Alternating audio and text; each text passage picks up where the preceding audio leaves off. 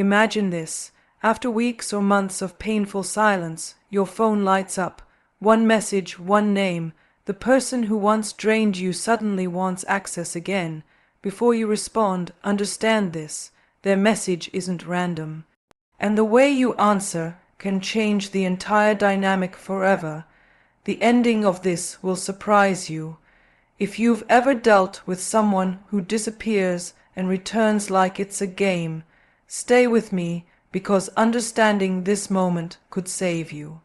Months or even years of emotional damage. When a narcissist finally reaches out after silence, the first thing you need to understand is this. They are not doing it because they suddenly realized your value, felt genuine remorse, or experienced emotional clarity. Narcissists break silence only when they need supply. Supply can be attention, validation, control, emotional reaction, admiration, or even the comfort of knowing you're still available for them. Their silence was never meant to give you space, and their return isn't a sign of change. It's driven by a need inside them, not care for you. Narcissists operate through cycles, and silence is part of their pattern.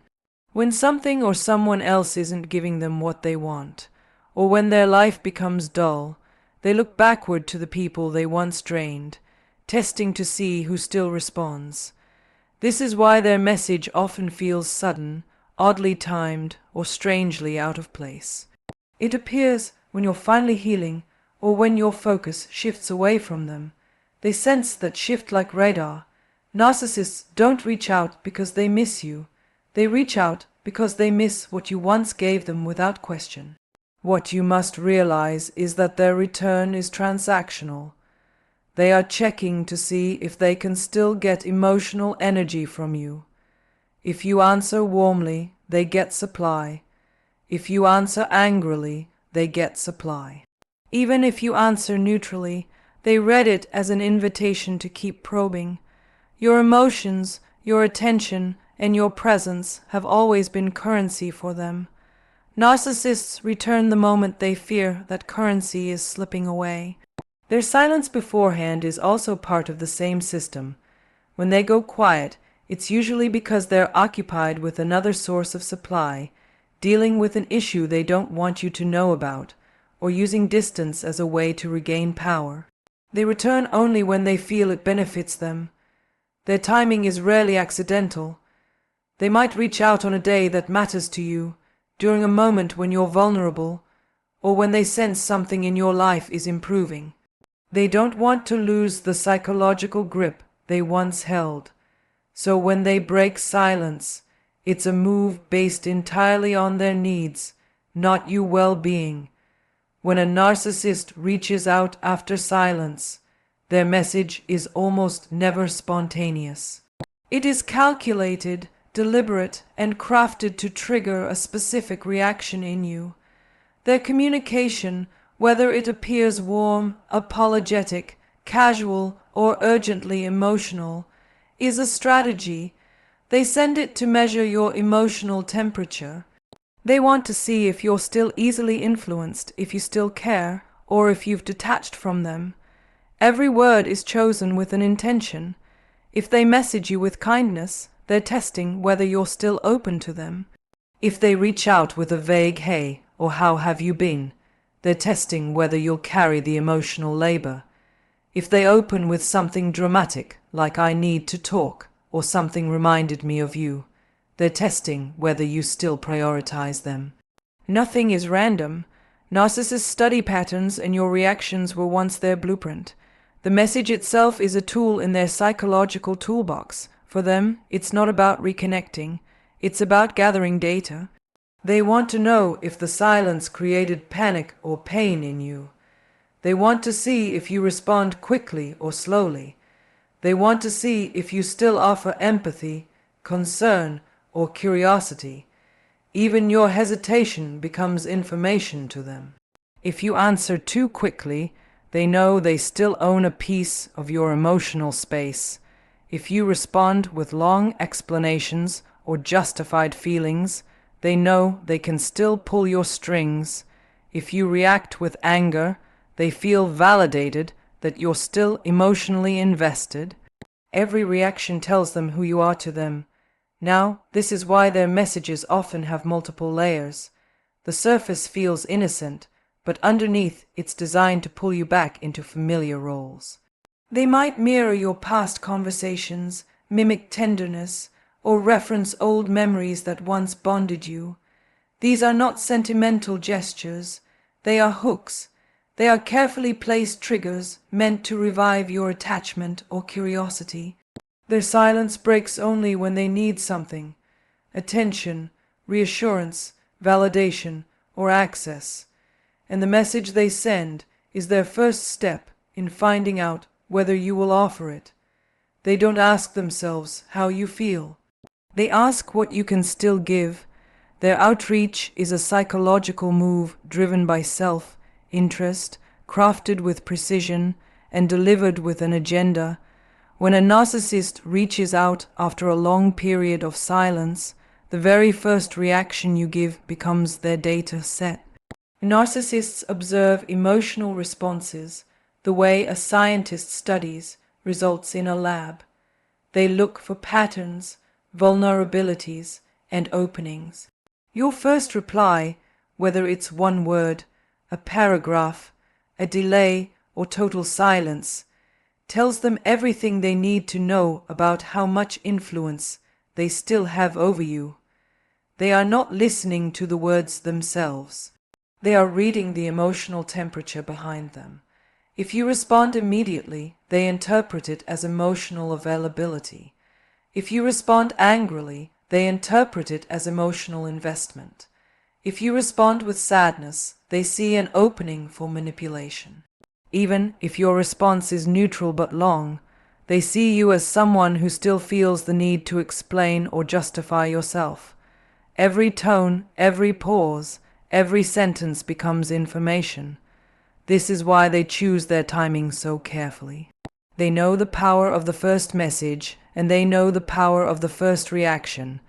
They rely on your instinctive emotional response, the part of you that remembers the bond or the pain, because they want you to react before you think. Narcissists thrive on emotional reflexes, not logical decisions. So if your first response shows that they can still affect you, they gain confidence that you're still part of their psychological network. They want to see that the door they once used is still unlocked, and it's crucial to understand that narcissists don't hear your boundaries. They observe your behavior. You could say, "I'm done 100 times," but if you respond with emotion the moment they return, they don't believe your words. They believe your reaction. That initial reaction becomes the foundation of what they'll try next. If you show pain, they may switch to sympathy. If you show anger, they may play victim. If you show hope, they may offer crumbs of affection. Your first reaction directs their next move. This is why calmness is your greatest power. A measured, delayed, or minimal response disrupts their expectations. They can't decode neutrality. It creates uncertainty, and uncertainty weakens their grip. Your controlled reaction becomes the moment where their sense of power begins to slip. When a narcissist reaches out after a stretch of silence, the tone they choose is rarely accidental. They often return with false warmth or a carefully crafted display of vulnerability, because these are the two most effective ways to disarm you. They know that direct manipulation won't work immediately after silence. So they soften their approach. They might send a sweet message, something nostalgic, or something that sounds like genuine concern. Or they may take the opposite route and present themselves as wounded, stressed, or in need of comfort. Both strategies serve one purpose: lowering your guard. False warmth is meant to make you forget the discomfort their silence created. Manufactured vulnerability is meant to trigger the empathy they know you naturally have. To them, vulnerability is not an emotional truth. It's a tactic. Narcissists are aware that silence creates distance, and distance creates clarity. When you're away from them for long enough, you begin to see patterns, heal, and regain strength. They feel this shift. When they sense you pulling away emotionally, they adjust their approach to regain access. So, they use a tone that feels safer, softer, or familiar. They want you to doubt your own boundaries. They want you to question whether they really meant to hurt you. They want you to wonder if maybe they're finally opening up. This is the emotional trap. What many people don't realize is that these displays rarely reflect real emotional change. A narcissist's warmth is situational, and their vulnerability appears only when it benefits them. If they're being affectionate, it's because they want reassurance. If they're being vulnerable, it's because they want sympathy. They shape their tone according to what they believe will get the quickest emotional response from you. That's why their messages can feel strangely targeted, almost like they remember exactly what used to work on you. In reality, they do remember. They remember what softened you, what made you stay, what made you forgive. Their return is not about healing the relationship. It's about regaining their emotional leverage. The warmth and vulnerability they show are not meant to build connection, but to pull you back into a cycle you finally started stepping away from. Not responding to a narcissist after they break a long silence is one of the strongest responses you can give because it disrupts the entire structure of the dynamic they rely on. Narcissists depend on emotional reactions, positive or negative, to feel in control. They don't care whether you're angry, hurt, confused, or hopeful. They only care that you're emotionally engaged. Silence removes that engagement, and it removes the energy they feed on. When you choose not to reply, you're not being passive. You're communicating something powerful without words, that your emotional world no longer revolves around them. This is something a narcissist cannot easily tolerate. Your lack of response creates a psychological vacuum, and in that vacuum their insecurity grows. They begin to question their power, their influence, and their hold over you. Silence also protects you from being pulled back into old patterns. Responding even with the most neutral message can reopen emotional wounds or give them a new opening to manipulate you. By not responding, you stop the cycle before it even starts. You give yourself space to think, to observe their behavior, and to understand their true intention without being pulled into the emotional confusion they rely on. Your silence becomes a boundary that requires no explanation. It shows that you're prioritizing your well-being over their need for attention. What makes silence such a powerful response is that narcissists interpret it in the opposite way from healthy people. Where a healthy person might see silence as disinterest or closure, a narcissist sees it as a challenge. They begin to feel exposed, irrelevant, or replaced. This triggers their anxiety about losing supply. They may send another message, switch tones, or escalate their reach-out attempts. All of this reveals something important. Your silence exposes their motive. If their intention was genuine care, they would respect your space. If their intention was manipulation, they will push harder. Not responding gives you clarity. It allows you to step outside the emotional fog and see their patterns clearly. And while silence may feel uncomfortable at first, it is often the response that protects you the most because it refuses to give them what they want, your emotional energy. In that refusal, you take back the power they once depended on. If you decide that you must respond to a narcissist after they break their silence, the only protection you truly have is emotional neutrality. This means responding without warmth, without frustration, without explanation, and without giving them any emotional content they can use. Narcissists don't listen to words, they analyze emotions.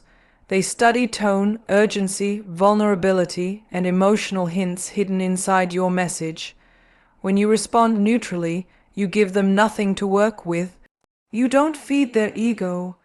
You don't validate their stories. And you don't provide the emotional charge they rely on to pull you back into the cycle. Neutrality prevents them from extracting supply, and this immediately shifts the power dynamic. Emotional neutrality isn't coldness, it's clarity. It's the ability to remain grounded while they attempt to test your boundaries. It's replying in a way that doesn't reveal whether you're still attached, still hurt, or still hoping. This is what confuses them. Narcissists are comfortable when someone reacts strongly because strong reactions are predictable. Neutrality is unpredictable to them. They don't know how to read someone who isn't responding from emotion. And that uncertainty weakens their sense of control. Neutrality also sets a psychological boundary without you having to explain or justify anything. Narcissists thrive on pulling you into long discussions where they twist your words, redirect blame, or lure you back into emotional chaos. A neutral response shuts down the opportunity for emotional games. It shortens communication and keeps you in control of the pace and tone of the conversation. It also protects you from being dragged into guilt, pity, or nostalgia. When you respond in a grounded and detached manner, you communicate that the emotional version of you they once fed on is no longer accessible. They realize that their old tactics, flattery, threats, guilt, or charm, no longer land the way they used to. And this forces them to confront the truth they fear most. You're not the same person they left behind. You're not reacting. You're not falling into the script. You're not giving them supply. This loss of emotional access often causes them to retreat or switch strategies. But either way, your neutrality creates a protective barrier that their manipulation can't pass through.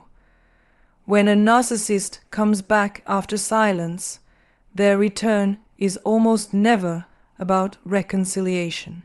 It is a setup designed to re-establish control. Narcissists view relationships through the lens of power, not connection. When they reappear, they are checking whether they can still influence your emotions and shift your behavior. Their return is the beginning of a new cycle, not the repair of an old one. They may act gentle or attentive at first, but that is simply the opening move.